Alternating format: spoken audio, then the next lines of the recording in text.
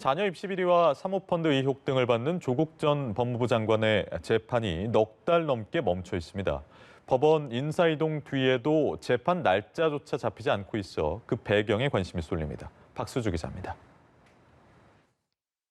조국 전 법무부 장관의 재판 진행 내역입니다. 결과로 기일 변경, 추정이라고 적혀 있습니다. 기일을 추후에 정한다는 말로 마지막 재판 이후 벌써 넉 달이 지났습니다.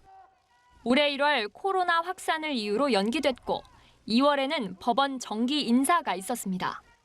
하지만 이런 점을 모두 감안하더라도 법원 안팎에선 이례적인 지연이란 지적이 나옵니다.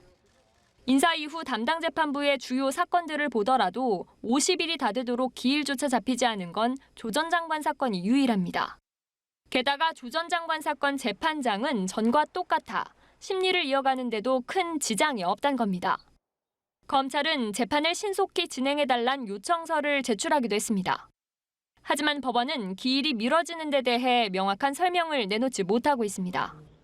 상황이 이렇자 기일 지정에 1차적 권한을 쥔 재판장의 눈길이 쏠립니다. 재판장인 김미리 부장판사는 지난해 조 전 장관과 청와대 울산시장 선거 개입 등 정치적으로 민감한 사건들을 대거 맡으며 관행을 깨고 4년째 유임돼 코드 인사 논란에 휩싸인 바 있습니다.